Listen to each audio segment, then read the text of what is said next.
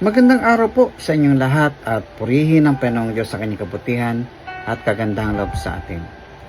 Nakikita po natin itong basong ito na medyo may kalumaan na, pero magagamit pa rin naman ito pag inuman po ng kape o mainit na sabaw. Ganon din po ito na meron pang logo ng chopping service. Parehong baso, pareho pang mapapakinabangan, pareho pang magagamit.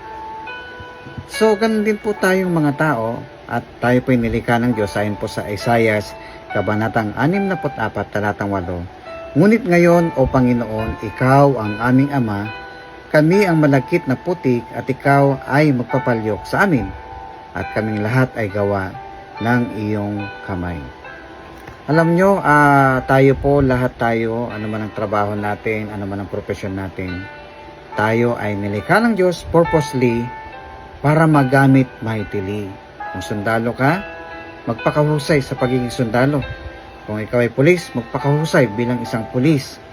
Kung ikaw ay doktor, nurse, o iba pa mang profesyon, tayo pong lahat ay ginawa ng Diyos according to His will. Kaya naman huwag natin pakinggan yung mga sinasabi na nakapaligid sa atin. Ang importante, andito tayo, nilikha tayo ng Diyos according to His will. Pagpalain kayo ng Panginoon. Amen.